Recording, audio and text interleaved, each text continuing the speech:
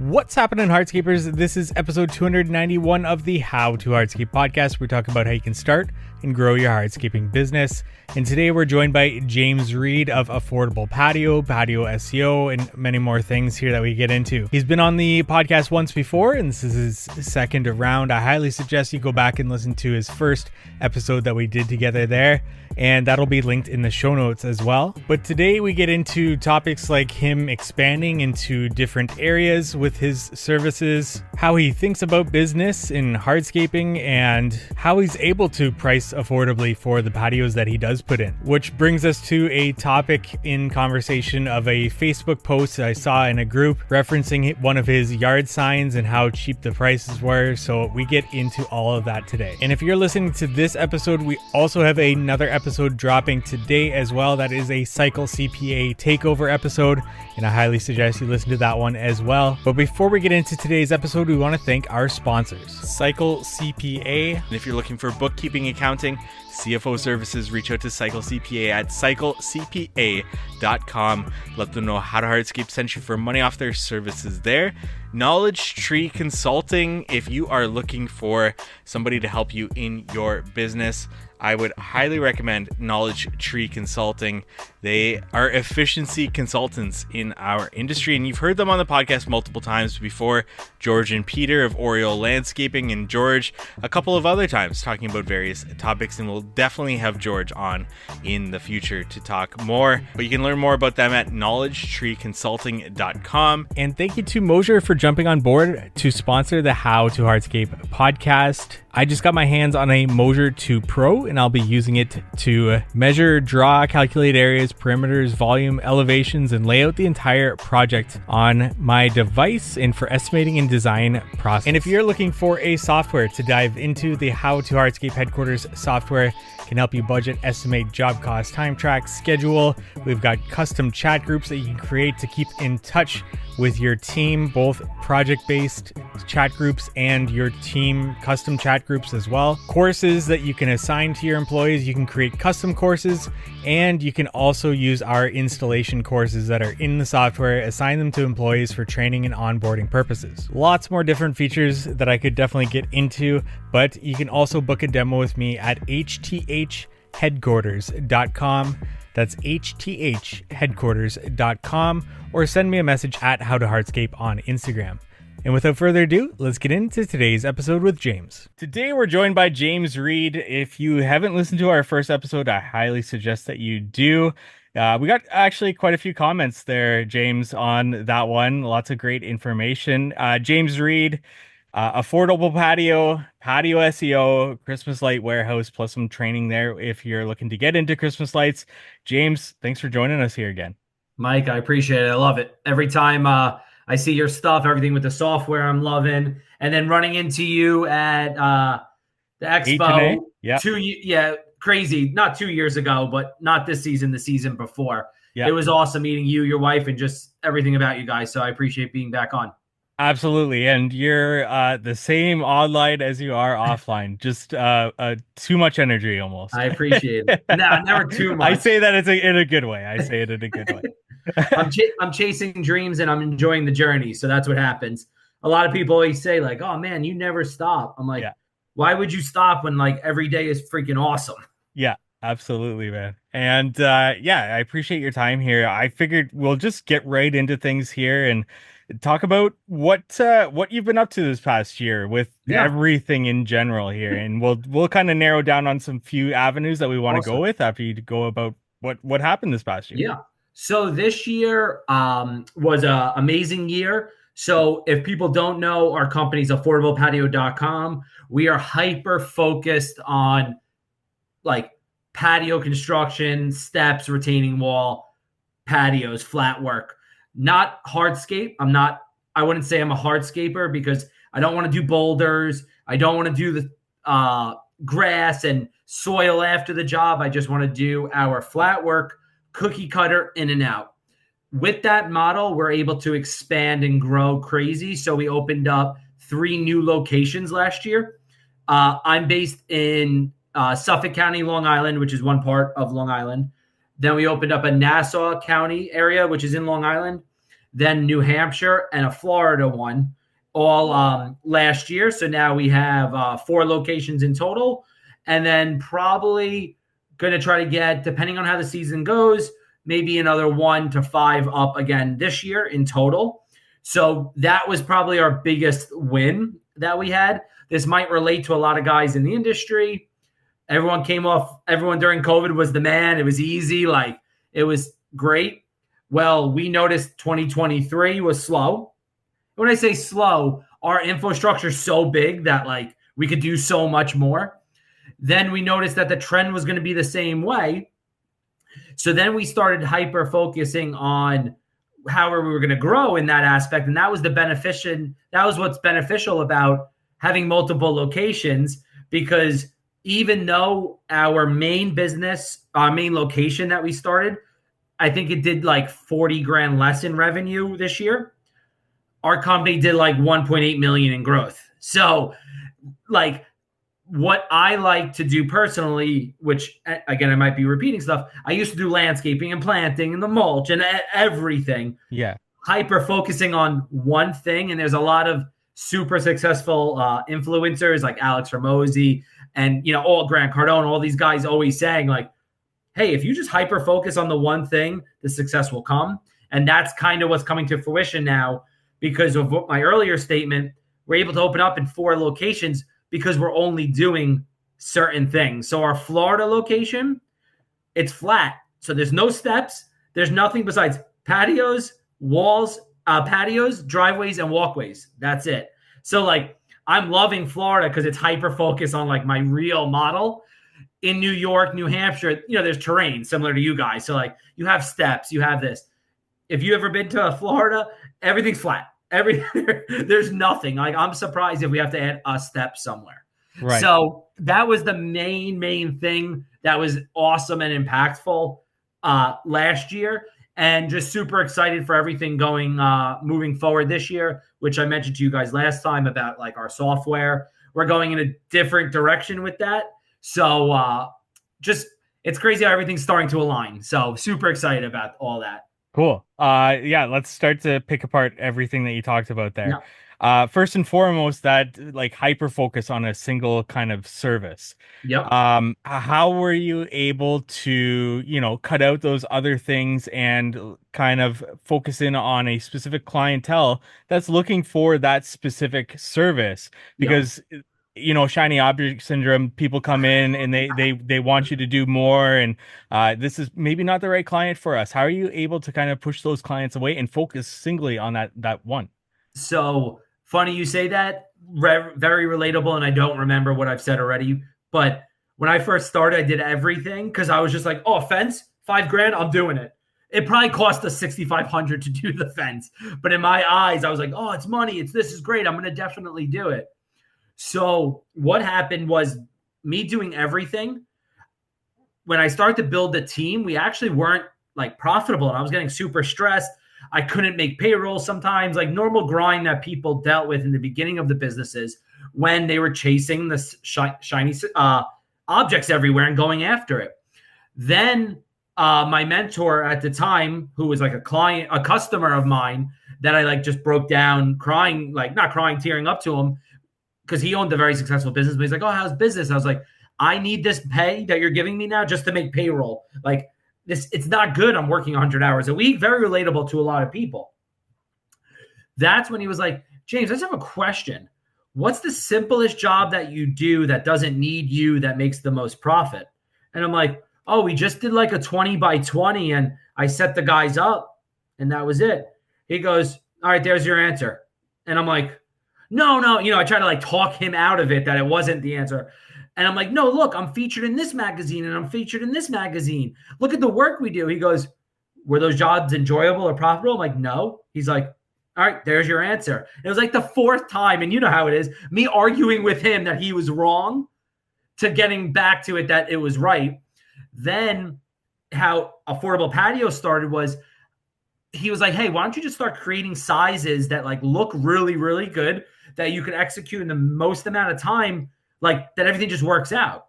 So I did that. And I come from like a lower middle class family that I actually showed my parents like a 15 by 20 with a fire pit and a sitting wall was like $5,100. You're talking about years ago, way before COVID, years ago.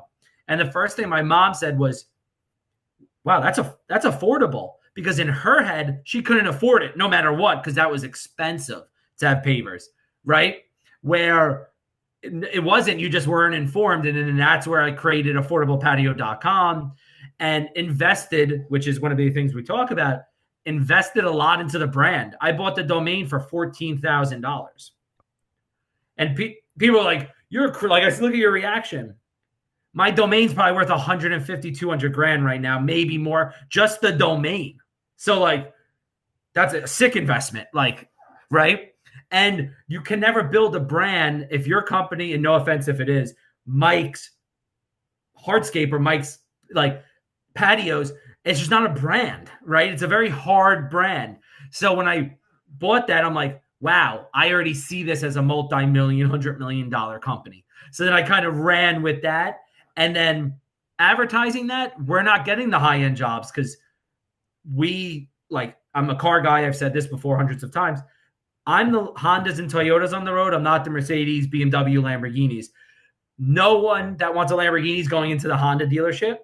So it's very similar. Like, it's Affordable Patio. When you go on our website, when you see our ads, everything is that cookie cutter for the middle class that has, back then, 3 to 10 grand, but now it's like 7 to 20 just because of inflation and the cost of everything. James, so I asked that question to set context, especially if somebody has not listened to that first episode. And I asked that to ask you this next question. Growing into different territories and stuff, how did setting up your company as it was now help you to expand as you did this year? So the building of the company, I'm going to emphasize in two different structures. So building of the company wasn't built properly. The brand was built properly. So I actually had to restructure things because now Affordable Patio is at the top and they own all the branches as LLC. When I first started, I didn't build the company right, but I was smart by building the brand right. You're going to notice how much I emphasize on brand.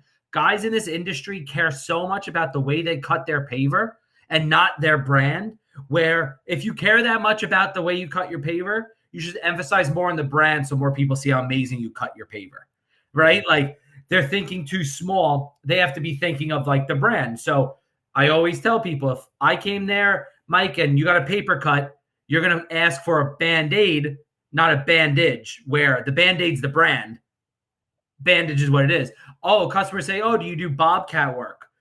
No, it's skid steer, but Bobcat's the brand that people associate that machine with.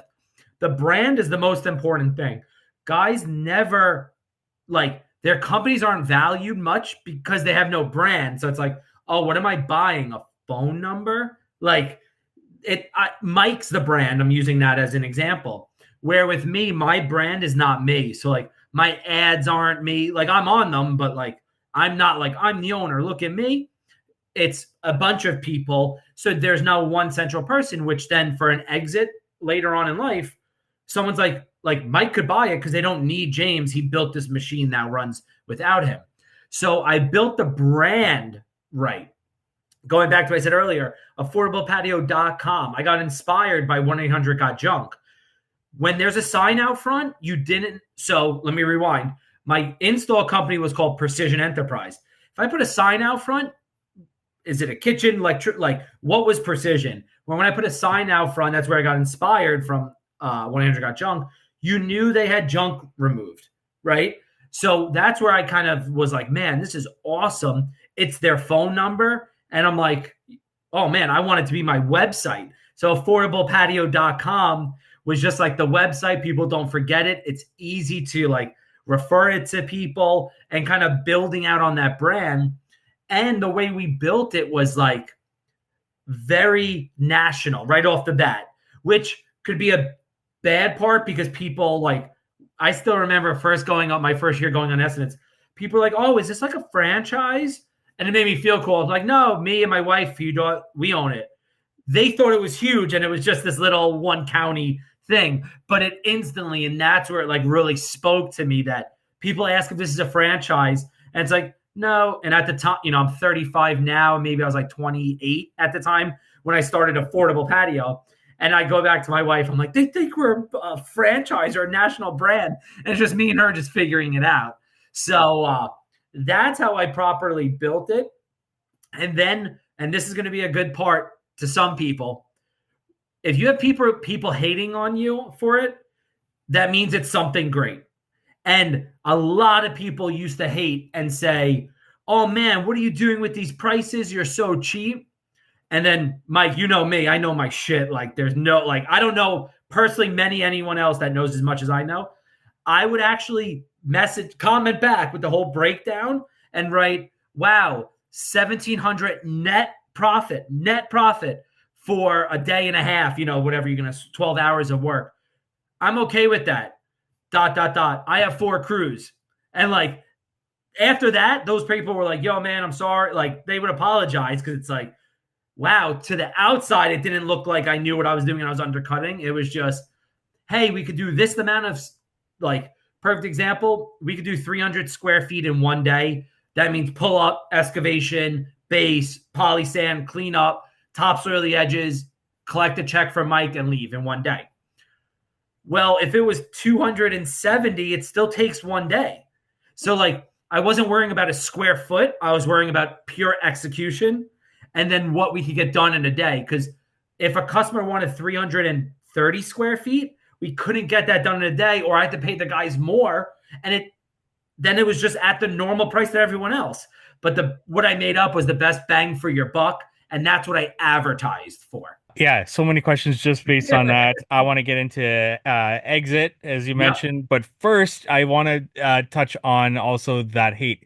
It was a question that I had for you coming into this. Oh, Uh, awesome. I saw Oh, a are Facebook. you? Oh, the Facebook group Oh, that people I'm just not one of bash. your haters. I'm not one of your haters. No, no, no, it's not me. I'm not But even in the group, and the amount of messages I would get. And I don't know if you saw, a lot of people were defending anyone that's like, yeah, yo, he knows what he's talking so about. this is what I want to get into. Yeah, so I saw a Facebook post pop up, and they're like, this guy posting whatever dollar amount per square foot. And it was amazing to see, post one, yeah, what are they doing? Doing that? That's way too cheap. Post two, supporting that person, and then post three, no, I know these guys, they run a tight ship. They're making money on that, and you should learn from that. Post four, same thing, et cetera, et cetera. So it Yeah, was like this balancing act because in those Facebook groups, it's a it's it's a tough show. crazy. So how do you I love it. not to justify yourself, Yeah, but to say like how do you if somebody in your market comes to you and say you're charging way too cheap or you're bringing down the industry with these prices and so on and so forth, or you hear those people, yeah, how does that affect you if it does at all? And how do you justify yourself if you feel you need to at all? yeah. So I love the question. I'm happy. I got to look back. You might have been one of the people talking bad about me. No, I'm just No, joking. absolutely not. So, yeah, after this, I'm like, Mike, it was you the whole time. So, anyone that ever says anything to me in a question, all due respect, and I'm all cool with it. People that come with hate that they think they know facts, I love that, Mike. It's like volleyball. I love to throw it up and just smash it in their face because, again, I'm doing really well, very, very, very well. And I know my stuff and I'm running a well-oiled machine. So when people come with the hate, it's actually more of an insult on them because they don't know what they're talking about. And no one ever hates from above because any of the guys that are above me are like, bro, like you're going to surpass everybody. It's always the guy that are below that are actually nervous or scared. I hate on guys that are undercutting because I'll go on an estimate and I'm making this up. We went on one. It was I came in at 160. They came in at 120, so they were 40 grand less. They did triple borders, inlay, herringbone. I'm like, wait, I don't care if you were undercut by 40. I was upset that you undercut by 40 and gave more, right? So when again, I've been doing this a very, very long time, and I'm obsessed with what I'm doing. Why I have so much energy is I'm literally living the dream. It's incredible. Hey, what takes the most amount of time? Cutting pavers. Okay. Well, with our patios, we use a ledge, like a three-piece pattern. Well, it's a cutless patio. So a 15 by 20 is not really 15 by 20. It's 14 and 9 inches by 20 and 3 inches. No cuts. Well, we use 4.5 borders, 4.5 by 9 borders. Well, that's the same as the small piece and the three piece. So there's no cut on the border. So you save the time on that. Then I'm a big factor of used trucks. We'll show up for a 20 by 20 with 3 trucks, one that takes the dirt, one that has the base, one that has the sand. So like the guys are never ever waiting, and we have multiple drivers running to all the crews. So like our guys do not stop. It's like crazy. The most we ever got done, I think we did almost 1,000 square feet in 12 hours. Easy access. They had no fence. We drove the truck back. But all the other guys, like I was probably $1,000, $2,000 less than my competitors. But I did it, and I went to another job the next day. Like I have it figured out in that aspect. If someone adds a curve, a double border curve, oh, I'm going to be the most expensive guy there because I know what it costs. These guys are doing these amazing designs.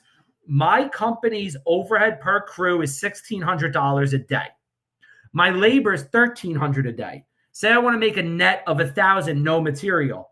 Well, for that day's worth of cuts, I need to charge $5-6 grand more. Where a lot of guys, like maybe on larger jobs, you could hide the $5 or $6 grand. But on guys that are doing 20 by 30s with all these inlays and cuts, like there's no way someone's going to give you 25 grand and wouldn't give us 20 grand. Like that class of people do not have a disposable income of 5 grand to throw out. You know what I mean? So that's what I did. And it's kind of like when McDonald's first came out and people said that they're ruining the food industry. No, if you need fast food and you are on a budget, you don't need to get served. You don't need this. And they made it a duplicatable model. Like that's what you want. Well, guess what? I want McDonald's for lunch. I'm not going to a high-end steakhouse for lunch. It's just the right time, the right people, and going after it. A lot of people's brands or what the pictures they show are $100,000 backyards. It's not relating to the middle class.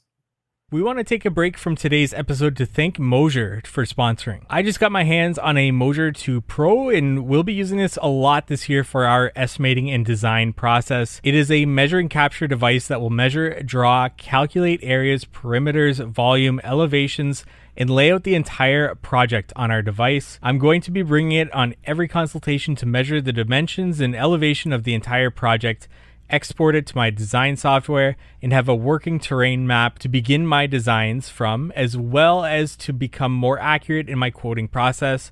The Moser 2 Pro is going to save me a ton of time and from having to make rough hand notes while taking these measurements in the field. Instead, Moser does all of that for me. If you want to get your hands on a Moser 2 Pro, use the promo code X8Hardscape. That's X, the number 8 Hardscape at Moser.com, or simply click the link in the show notes.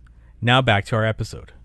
Got it. So you create the brand, you create the systems. Yep.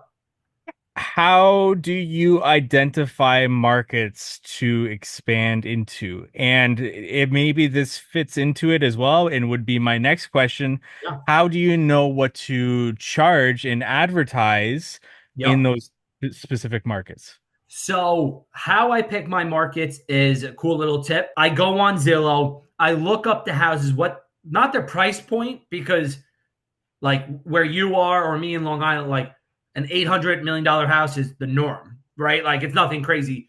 In California, like $1 million is a little shack. So I look at that.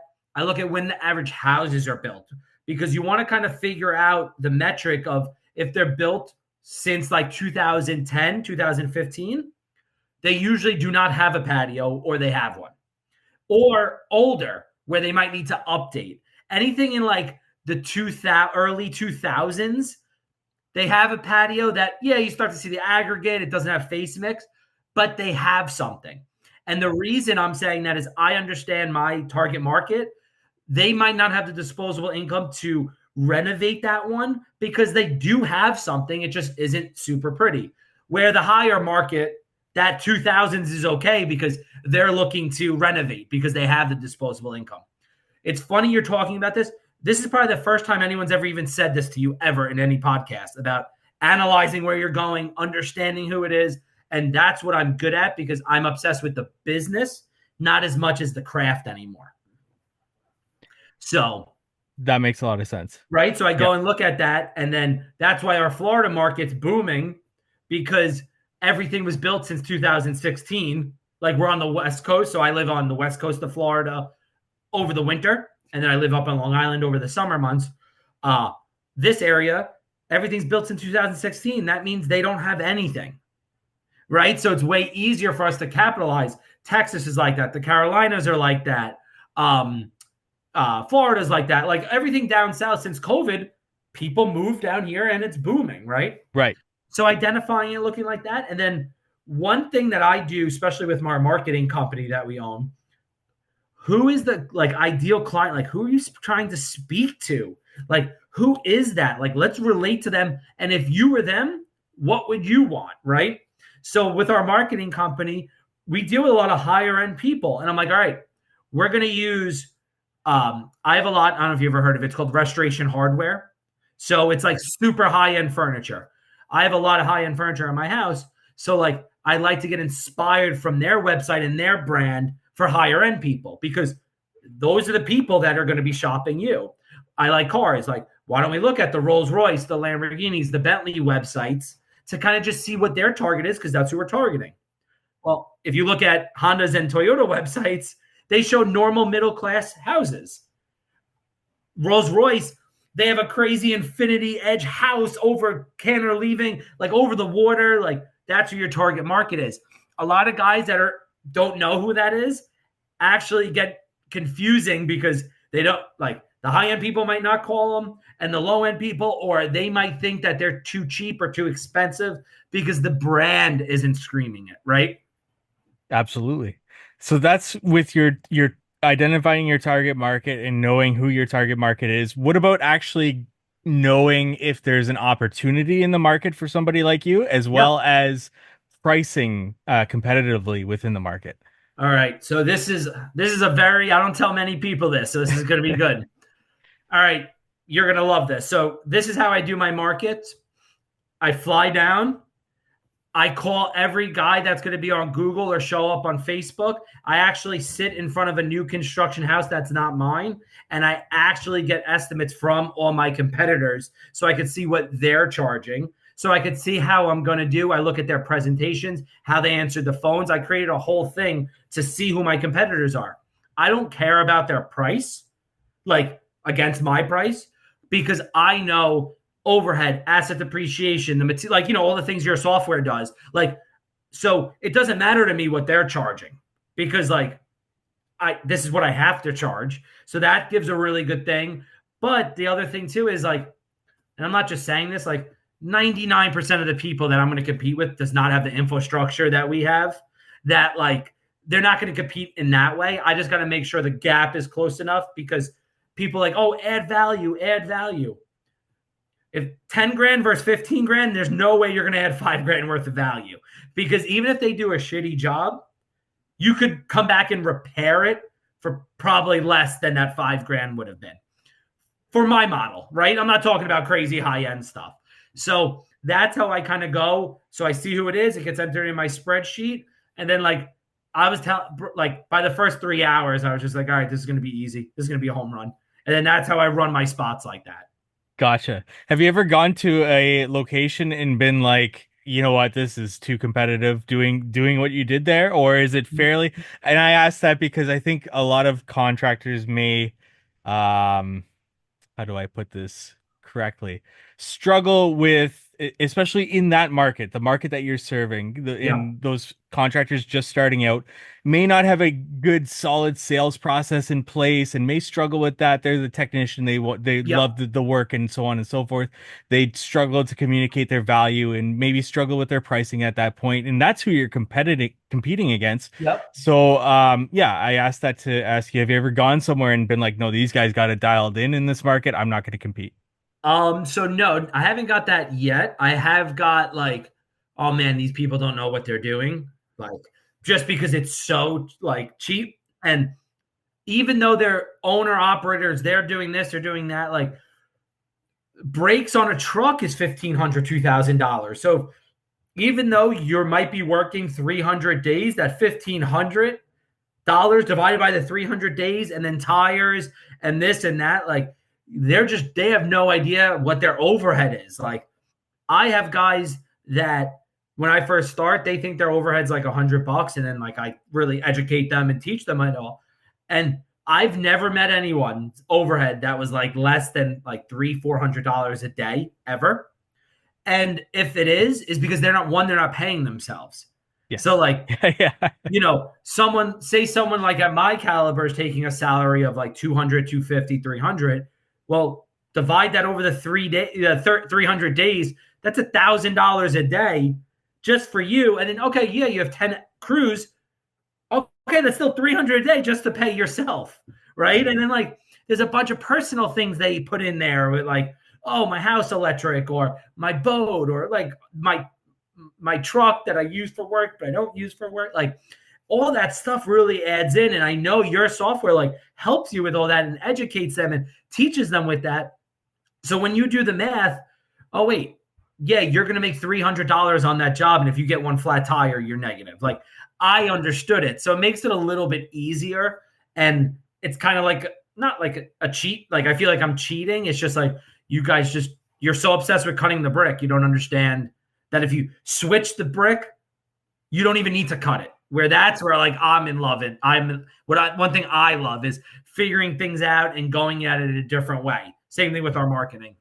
You know what I really like about your business model, besides everything we've already talked about, is that your competition has a high turnover rate, meaning Mm-hmm. these are guys that are technicians. They don't quite know what it takes to remain in business for the long term, which the longer you're in business, the more that gap is in terms of that brand recognition in that market because there's so high turnover. And the companies that do succeed, they want to go after those larger projects. So they have, if the succeeding ones have exited your Yep. clients. And it's what you said is awesome. When they first start, they're the guy shoveling, they're the guy doing the estimates. Maybe they have a helper or so, but they don't understand, right? When you hire one more person, that gap gets really small. And then you get like, well, oh man, we're driving my truck. I need to get another truck. Just keeps getting. And then the worst part is, Mike, and you know this, they just like make up a number then. They're like, I'm raising my prices. Yeah. Like, okay, cool. What are you raising them to? Yeah, like I'm going up $1 a square foot. I'm going up $2 a square foot.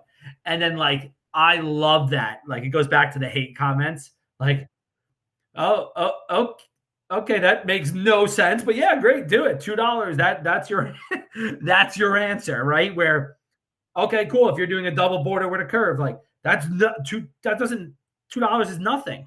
Like, what are you talking about? So that's why I kind of like affordable patios because like my dream is so big that now all these other guys' dreams are able to fit under it, and that's why I'm able to grow is because all these guys that I'm linking up with is just like, hey, I was you that you thought like my next location might be Orlando, Florida. And I'm talking to the guy and he's reaching out. He's like, I'm like, yo, you know what's so cool about affordable? Like, you could run all Florida maybe rather than just that. And he's like, I never even thought of that. I'm like, yeah, you're not thinking big enough. Like, I want to try to run United States. Like, I need hypothetically 50 people to do this. And then the biggest part I tell people, number 30th at Facebook made 11 million last year as a salary. Like, Right. you don't have to be the person, you just need to be with people. Like, okay, Elon Musk owns SpaceX. How much do you think the top 10 people in SpaceX make? Like, if you could run with people, you could actually do more in numbers and then yourself, and then just, hey, it's so much better having a system and running a system, right? Right. When you're expanding to these other locations, you're running a subcontractor model, correct? Some of them are subcontractors, some are like our employees. Um, and the reason is we're still figuring it out. Like, you're talking about it's only been a year and a half with all these locations. So, and I tell people that, like, I don't have everything figured out. The things I figured out, but like I tell them, hey, this model's working, it might not work. Like, this model's working, it might not work. The only things that I have subcontractors, I don't know if, and I don't know if they're subs anymore because they only work for us. Like, they can't get work anywhere else, and they don't like working for other contractors anymore because there's no material, there's no this, there's no that. Ours is like well-oiled machines with like they just show up and do what they're good at. So the reason I say I don't know if they're subcontractors, yes, I pay Mike's Hardscape to do the patio, but they work 6 days a week, like, for us. So it's very strange in that aspect. The reason a lot of guys run subcontractor model, like with others, is they just don't have enough work. So like we have enough work that like they just work for us. We want to take a break from today's episode to thank our sponsor, Cycle CPA. It's crucial to review your financial statements on a monthly basis so you can diagnose areas for improving your business's financial health early before they become significant issues. Too many contractors wait until the end of the year to review their financials as they file taxes, when it's often too late to take action to change the outcome. Cycle CPA not only handles bookkeeping and taxes, but they also ensure that you're armed with financial data on a monthly basis to make key business decisions. They offer benchmarking, cash flow forecasting, and assistance in developing targets for financial metrics. With their team of accountants specialized in the hardscape and landscape industry, they currently work with hundreds of companies in this field. Visit cyclecpa.com, and for $200 off, mention the How to Hardscape podcast. Now back to our episode. Gotcha. How did you go about identifying those subcontractors in that market that you wanted to, partner with and pitch them the idea of actually partnering with you? So one thing that I do is podcasts like this, and I post like all my videos that I post on my social. It could be boring. It doesn't matter to me. There's great, like, if someone watches all my videos on my Instagram, like, their business will grow because it's people that pay me to talk to me, or podcasts like this. So a lot of people hit me up and they just like, hey, I love what you're doing. Or what we do is, like, in new markets, we actually go to all the supply yards and sit there from the minute they open to around 9 o'clock, and then get business cards, look their social up. But our cookie cutter model, like we have questions. Again, bro, we have systems. We have 10 questions that we ask them on the phone. Like, oh, on a 10-foot, how much pitch would you do? If they don't know that answer, then like there's no point of it, right? And we have all this. And then I have, which I probably mentioned to you, Evo, who runs our marketing company. He's Spanish speaking. So like he's been doing, he's been with me 5 years but like our marketing company was in-house for us only. And then we just kept hiring people that I'm like, I can't afford this $300,000 in salaries anymore. So then we started offering it to other guys because I saw the value. So it's like, man, Mike's so good at editing, but I don't have enough work for editing, like all that editing for him. So we started taking on new clients like, 3 years ago. But Evo, so our marketing business is only hardscapers. So like you can talk to my video editor, my web designer. He'll tell you how to install a patio because that's all he does every day.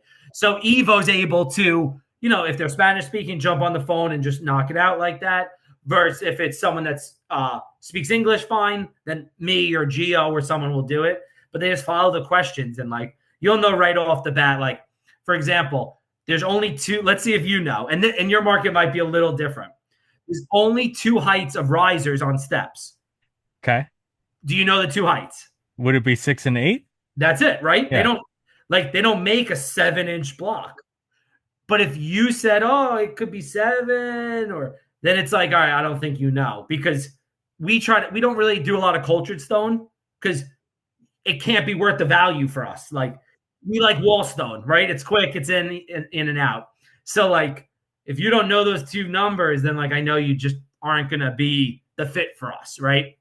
So if you notice, I just keep dropping all these little things that are like I've studied this thing, then I know what it should be and I know how quickly to do it. Because if you don't know that, you don't know this. If you don't know the pitch, you don't know these 10 questions, you're not a great fit. Yeah. I I get a lot of hate online for my 6-inch outdoor steps, but we'll move off on Yeah. So that. I hate the 6-inch steps because after 3 steps, you need to add another step. So if you're like, so you need more coping, you need more this, and then it also exceeds another foot into the patio. For your stuff, it's different, but for us, like you only have 20 feet. You don't want to take up more space in that That aspect, makes a lot of sense. Yeah. right? And then you need more coping in this, and then I think it takes a little bit longer having to do another Yeah. step.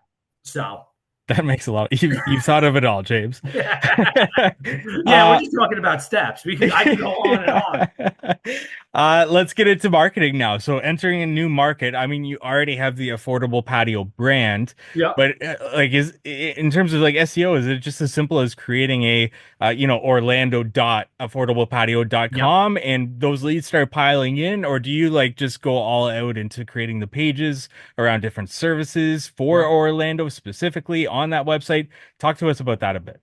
So why I have going back to what I said earlier about a cheat sheet is I know what works and now I just get to duplicate it, right? So what we do is so how SEO works, right? Is your Google's clients are people that are searching, and Google wants to show who is the best for their clients, right? So what's great about our brand is we keep building and building and building and building. So clients, we show up faster than anyone else because it's like, oh my God, this website has 500 pages.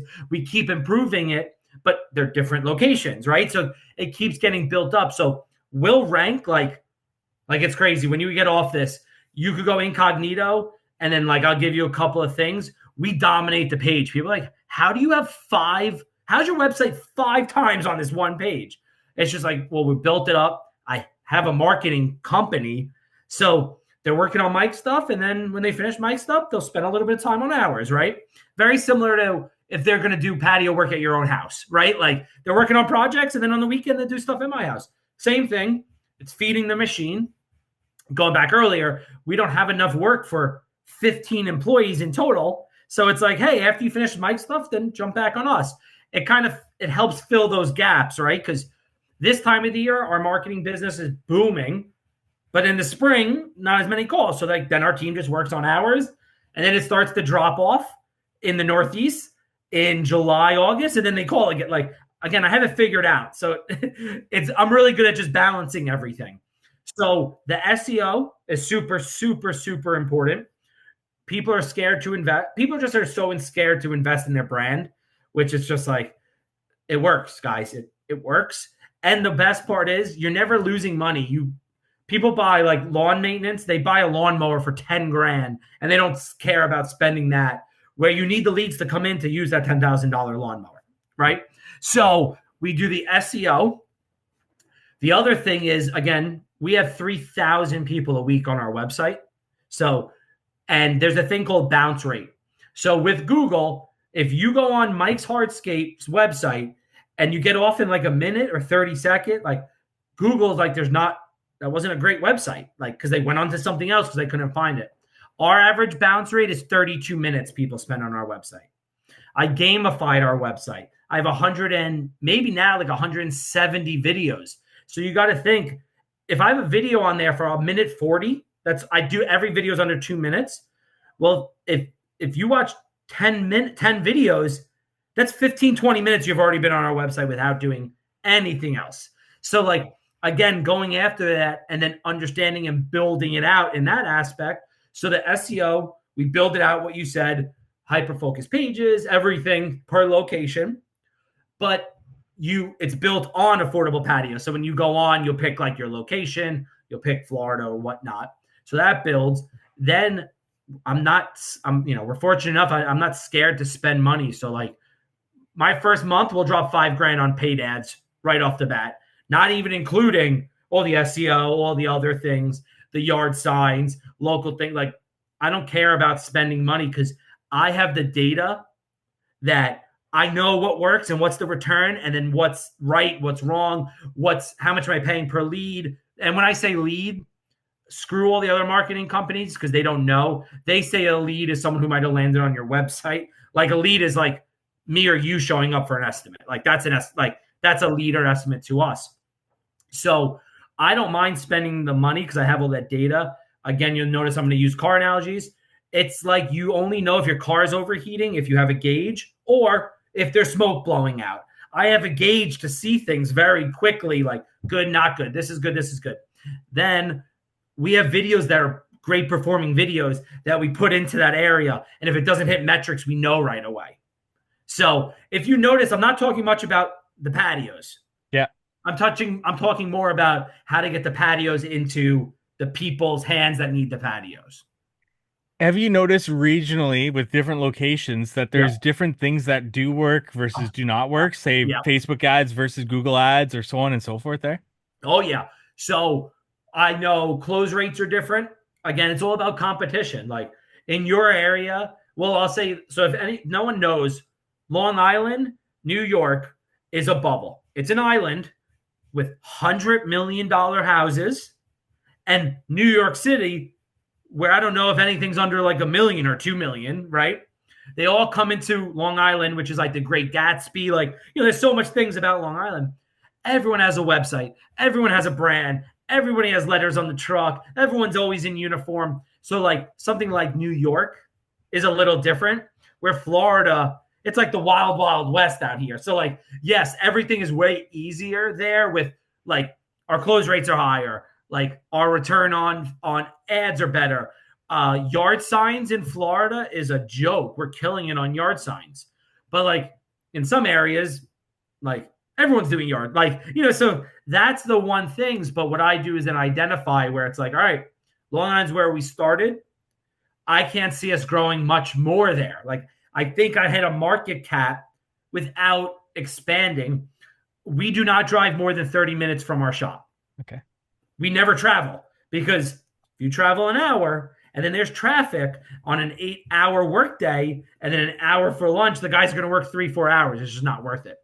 Where honestly, the most amount of money we make on jobs, and everyone's going to know this, are the ones that are in your town. That's like, oh yeah, there's the job right over there. Like we're there at 7:30 because there was no travel time. And then the guys work till 4:30 because they'll be back at the shop before 5. Like no problem, clocked out, ready to leave, right? So like that's the biggest thing. And going back to the marketing, we hit hard with the towns that we want. That's what I told you earlier about how we show up on the pages. Like it's Google ads. We run Google ads. A lot of people don't click Google ad. And like, again, I know psychologically how things work. People don't click Google ad, but they notice the company at the top, but they paid there, right? That's how we work. Okay. Well, then you see the sponsored ad under the map. That one they sometimes click because they don't know that that's sponsored. But then when you show up on SEO organically, they just know. And that's what keeps my costs lower is they don't pay. They're not clicking the paid ones. They just go down to the organic. And the reason no one taught me that, it's what I do. So like most people are going to be like me, right? Yeah, so that's what I do too. So that's yeah. what you do. Yeah. Yeah. So that's how it's working. And that's what works for us. And again, I just like obsess over it. Like, what are they doing? And like, I'll hang out with you, Mike, and I'll be like, hey, can you go on this? And then like, I'll just watch the way you do it. And I'm like, all right, that's what it is. And I love that. Like, I love the art of business. I love it. I love the marketing. I like the branding. The patios and that I'm not into as much anymore because the cookie 20 by 20, like, how many 20 by 20s can I be like, man, this one's awesome. So like my house is so elaborate, like over the top, craziest backyard. Like even doing mine, I'm like, man, thank God we don't do this work anymore. Like this sucks, like, because it's so difficult, and like it was my own house. Yeah, yeah. We want to take a break from today's episode to thank our sponsor, Knowledge Tree Consulting. They are efficiency consultants in the industry with 35 plus years of industry experience building Oriole landscaping in Toronto, which they are completely hands off at this point. George and Peter have been on the podcast before, and George, on multiple occasions now, I've personally leaned on him to help with the How to Hardscape headquarters software and how we can maximize the efficiency of user experience. And I know the guys at DTE Landscaping, Chuck and Jeffrey, who we've also had on the show multiple times, have hired them on in the past. Check out their consulting services, peer groups, and events that are coming up on their website, knowledgetreeconsulting.com, or check them out on Instagram at joinktc. Now back to our episode. James, I knew we would run out of time before I ran out of questions here. So two more really quickly for you. Yeah, of course. Spend as much or as little time as these as possible. Going back to regional differences. Yeah. Any differences in sales process that you've created regionally, or even like language that you use when you're on a sales call or anything like that? So they're different. Canada, we have a bunch of marketing clients in Canada. So like you guys call it interlocking. Everyone in the United States just calls it pavers, patios. I would say lingo wise, we own a screen company in Florida, that goes around the patios for the bugs, because they just intertwine a lot. Like no one wants a patio in Florida because of the bugs. So they do that. So that terminology we had to learn. Paver wise, not really much in that aspect. They do footers, where we call them footings. Like, oh, you need footings. That would be the only thing. But difference is Florida's all HOAs. Long Island, New Hampshire, and that aren't. So when Mike wants to move forward, like, all right, Mike, we'll put you on the schedule.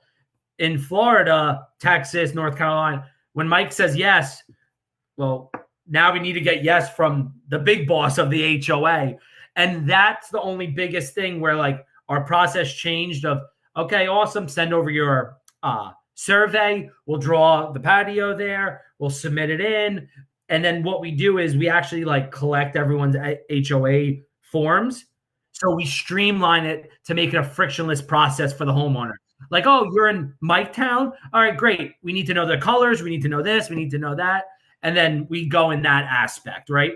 So I would say that's the only on like the sales end that's a little different because of like what the county or that. But what's cool about what we're doing is like, I think we kind of faced everything. So like, it's all going to be the same. The biggest thing is the installation process. That's the big, we don't excavate in Florida. You ever been to Florida? I've been when I was really young. The grass is like a sponge. So you just cut the sod out, and that grass is like 6-7 inches already. So we actually don't have to dig down, and the properties are pitched for the water runoff for the rain. So like no machines, no bobcats, nothing. Everything's just by hand and a sod cutter. And we do 500 square feet in a day. Like pull up, excavation, installation, sand, everything, collect a check and leave in one day. Where in New York, we could do 300. Like, it's just, there's more base, there's more compact, like there's more. In Florida, it's just hot. There's no movement. Like it's just hot every single day. So that would be the biggest differences. When you're competing on price, and especially in Florida there, you say that you take on the process to make it a frictionless sale, which is great, but then you may have to like charge a little bit more in overhead to be able to take on something like that for them. How do you justify that when you're trying to compete so tightly on price? Yeah, so the overhead end, it's crazy. I always use the analogy is like, if I'm in the room with five like fifth graders, I'm the smartest in the room. If I'm in the room with Bill Gates and Elon Musk, I'm the dumbest in the room. So you can't really worry and justify pricing because it's all about who the other people, right, that you're going with. Because like I'm the most expensive on some estimates, but then I'm the least expensive on others, right? So like I don't know what to do. So, but the only thing is with us growing, our overhead goes lower. So like, right, we're able to distribute it. So like my wife's salary, because my wife is the office manager, because there's with her, 4 people in our office. Like, well, cool. Now Florida pays 200, and New Hampshire pays 200, and Nassau pays 200, and Orlando pays 200. So like, and that's why it was harder when it was just me and my wife. Like, someone had to pay all our salaries. Where now I live in Florida from December to March, because these branches down here are covering everyone's up north, not overhead like trucks, insurance, but like office help, right? Like, and that type of things. And like the marketing, because the marketing, art patio SEO markets to affordable patio, not towards the branches. So like, it just helps intertwine everything in. Makes a lot of sense. We did not get into Christmas lights. We did talk about that the last time a little bit Yeah. there. James, round Never enough three. time. Yeah, never enough time. Round three would be great if you're up for it in the Of future. course. Where can our audience learn more about you? Everything that you've got going on, and anything you want to leave them with here. Yeah, so they can find me on social media. It's Road to 100 MS. I put that name on there as a bold statement that I'm trying to build a $100 million company, and I'm putting it out there, and that's my goal. And I see it, and I'm trying. All my content on there is like this that we're talking about right now. My team just cuts it up. Great info, great facts. People DM me. I love helping or giving some information. I don't do like coaching. I don't do any of that stuff anymore. So they could go there. If they need marketing or branding stuff, you go to patioseo.com. We're more on people that are trying to build brands. We do Google ads, we do Facebook ads, but I right off the bat say, yeah, I hope it works. Like, I don't know if one thing's going to work, because what works for my company and all these companies we've grown is every angle, right? Like, not just, oh, the golden ticket's Facebook. Everyone would do Facebook. It's, you got to do a little here, a little there, a little here.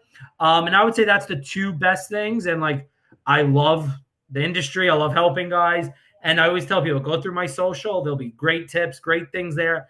And I'm not like the guru selling you on stuff. Like, hey, join my school games. Hey, I'm going to coach you. Hey, this, hey, that. Like, and I want to just bring this up. I used to do things like that. And then I like came to reality with all the guys I was helping. Some of their businesses grew 500 to 1 million in like a year working with me.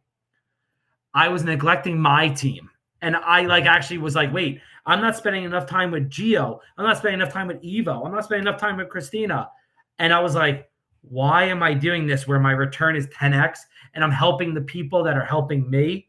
And that's my biggest thing, that like why I stopped doing it in that aspect is like all these guys that are coaching and doing all this stuff. Like, bro, there's great people that you should be coaching around you than random people out there first, right?